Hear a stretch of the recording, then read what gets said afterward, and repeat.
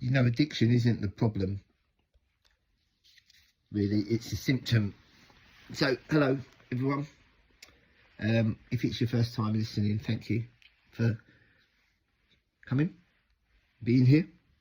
Right, so today I want to talk about something that I believe that is misunderstood, really. People think that addiction is the problem, you know, but I mean, I think something different. I don't think addiction is the problem. I think addiction is often the symptom.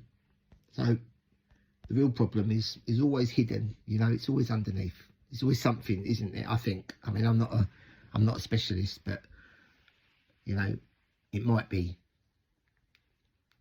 you know, trauma, childhood trauma. It might be abuse. It might be anxiety. You know, loneliness, grief, depression, all that sort of thing. You know, but you know, I think sometimes people don't use drugs or alcohol or whatever gambling or whatever it is. You know, I don't think it is because they want to. That was certainly in my case, really. I think it's sometimes, you know, they're trying to escape something or feelings they don't know how to live with. You know, I don't think it's really understood that well. There's a stigma attached to it, isn't there, obviously? But for years, you know, society has asked, you know, what's wrong with you, for example. But I think we should be asking, not what's wrong with you, what's happened? What happened to you? You know, I think that question changes everything, if I'm honest. So when we stop judging people and start listening to them, I think we get a better understanding, don't we, of why recovery is so difficult. You know, it isn't about stopping your behaviour. It's about facing up to it, facing the pain, you know, understanding the reasons why. And obviously when it comes to recovery, I mean, it's not about just stopping. It's about, you know, you have to completely change yourself, really. I think that's for anyone in recovery.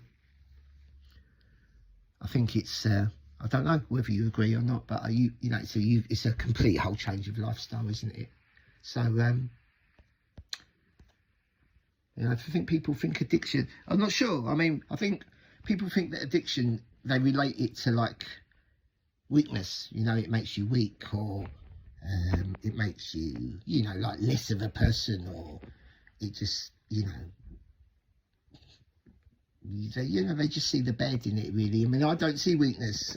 I see people, because obviously I've suffered it for years, so I see people fighting battles.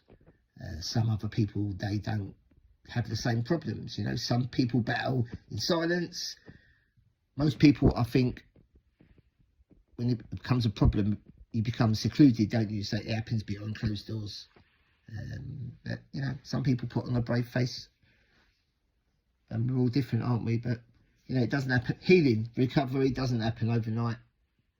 One day you take 2 steps forward. One day you take 3 steps back. Blah, blah, yeah. And it doesn't mean you failed. What it means is you're still fighting.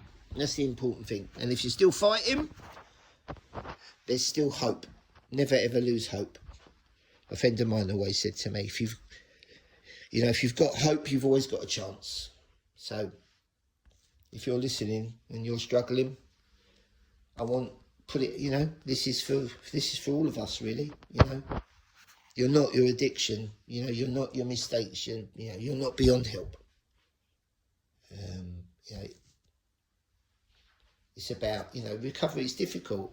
I think it's about rediscovering the person that you were before the shit hits the fan. You know, so. Hopefully it's going to resonate with a few people. Hopefully you can share it with other people. I don't know. You know, share it with somebody. Share it with somebody.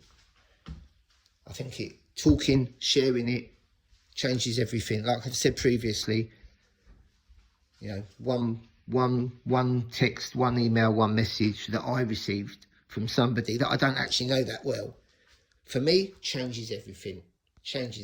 So You know, thank you for listening, and take care of yourself. And remember, no matter how shit you feel today, there's always hope. If you've always got hope, there's always tomorrow.